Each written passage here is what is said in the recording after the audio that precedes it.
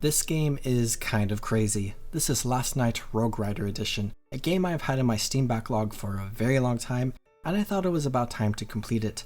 I apparently picked this game up all the way back in 2014, and apparently I only played it for about 1 hour. Upon loading the game, I noticed that I had only completed the tutorial level, and apparently had gotten all the available trading card drops on Steam, which is probably what all the playtime was for. So for all extents and purposes, this is a completely brand new game for me, especially since I don't remember playing through the short tutorial 12 years ago. So I just started playing it, and I would describe the entire game as a surreal fever dream full of jank.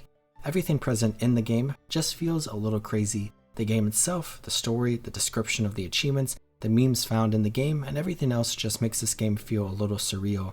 I feel like if I had played this game back in 2014 when I was 14, I would be crazier about it. But for me, nowadays, it's just kind of funny, but definitely feels a little weird for me. I will quickly mention that I did indeed mention story, and I'm going to be completely honest, it didn't really hook me, and I didn't pay too much attention. I don't think there's much going on here though. A weird king guy wants you to save the princess, so you travel through the land to find a dragon and like a unicorn and a cool skeleton king guy. Now the gameplay itself is definitely interesting. You're basically a squire or a knight or whatever on a horse, and you're going through a bunch of levels and basically platforming through them in a unique way. You have to dodge around obstacles and enemies, jump over gaps, and joust through enemies and certain obstacles to get to the end of each level. And honestly, at first I wasn't really enjoying the game all too much, and I only played in short sessions here and there. But after about 4 hours, the game really started clicking for me, and I started enjoying the gameplay a lot more. The general gameplay loop is just really fun. In many ways, it feels like an infinite scroller-esque game like Jetpack Joyride, Subway Surfers, or Temple Run, which, speaking of those games, some people seem to claim that this game was a mobile port, and it definitely feels like one to some extent, but I couldn't find anything that really proved that beyond a couple random claims, so I think this was actually originally made for the computer. And just because it feels a bit like a mobile port doesn't mean it's necessarily a bad game, but I know some people aren't a big fan of those vibes. As far as the levels go, there are 25 total levels, 24 if you don't count the story-only epilogue. There are 6 chapters or worlds, each with 3 main levels and then a bonus nightmare level that really takes the idea of this game being a massive fever dream and pumps it up by 1,000. There are then 3 different variations of the main campaign, and to beat the game, you need to flawlessly beat each level on each variation. The normal version is where you're running through the world with the camera behind your horse. Then there is a first-person mode, and I am immediately going to say that the following footage, which I'll only show a tiny bit of for a short moment, definitely has a lot going on and may cause motion sickness or other issues for some people. But the mode is pretty self-explanatory as you are in first person and are going through all the levels again, but they really do a lot to simulate the fact that you are riding a horse with a bobbing and shaking, which is made even worse by the jankier physics present in this game. And I'll just say that this is one of the more pleasant examples, and it gets so much worse, especially in nightmare levels. And I'll also say getting killed by certain enemies, especially spiders, as they attack your face in first person mode, is not the most pleasant experience.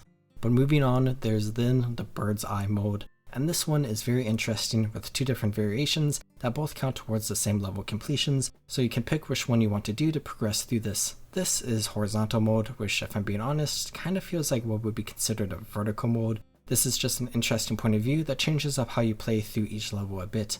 And then there is a vertical mode, which again feels like what a horizontal mode would be called, and again this is just another interesting point of view to change things up. Between the two, I prefer the horizontal mode, where you see things coming ahead of you instead of to the right. Additionally, it feels more intuitive to control moving left and right when you're actually moving left and right instead of it going up and down. But between all 3 modes, they are each interesting, but I definitely prefer the normal mode, which is what the bulk of the rest of the game is like. The story mode is officially completed once you get a gold medal on each level and each variation. At the end, I had a total of 7.7 hours clocked. Beyond the story mode, there are 2 other major game modes that make up the bulk of the gameplay. The first is Endless. This mode is pretty self-explanatory, as it is basically everything you have seen thus far, but endless.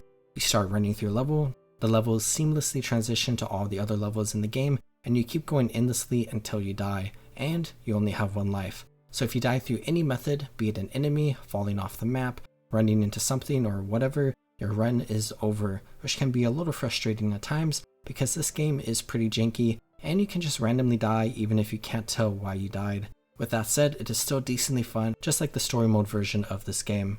On top of all that, you can unlock special characters and you can randomly get hats for them, and you can find quests around the endless levels that you can complete on specific characters. You can also unlock a variety of power-ups that you can also upgrade and then randomly find as you go through the endless level.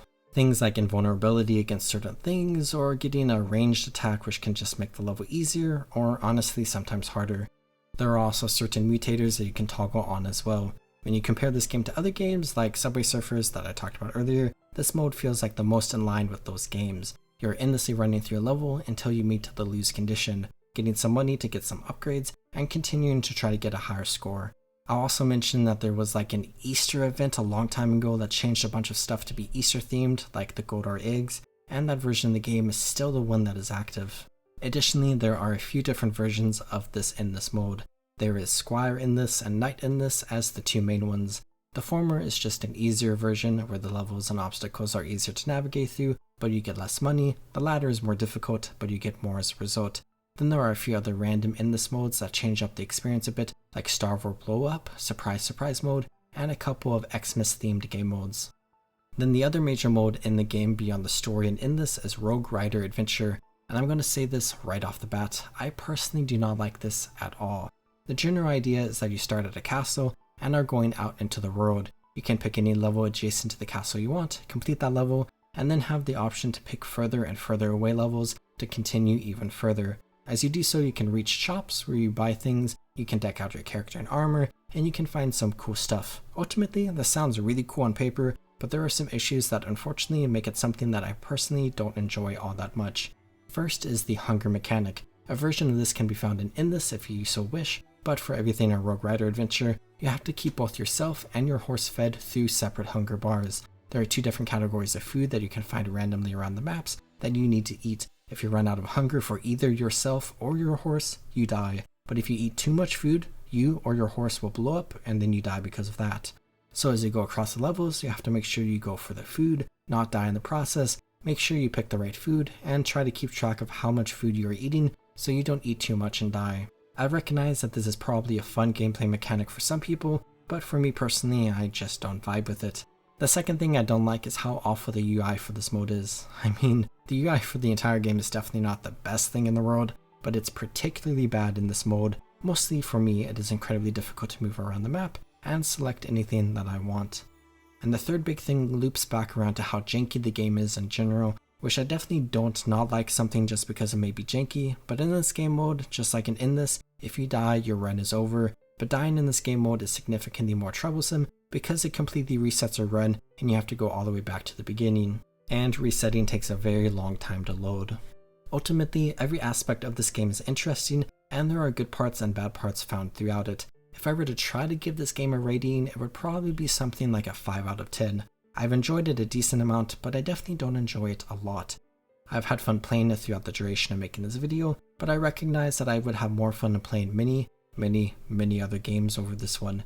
If I were to be looking at getting this game and trying it for the first time with the knowledge I have now after playing it, I probably wouldn't, though with that said, I did still enjoy and do still appreciate my time playing this game. As far as getting all the achievements goes, I did complete all the story and also have spent a bunch of time playing the other modes of the game, but some of the achievements are definitely pretty slow to get, some are inadvertently very grindy, and some are just super annoying to get in general. As such, I'll continue chipping away at them until I hopefully one day fully unlock them all.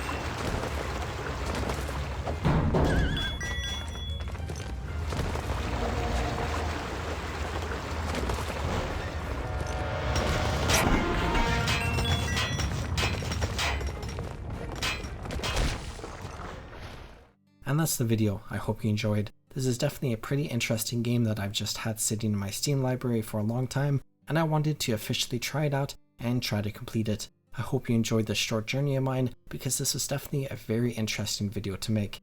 I also hope you all are taking great care of yourselves. Have a good one, everyone.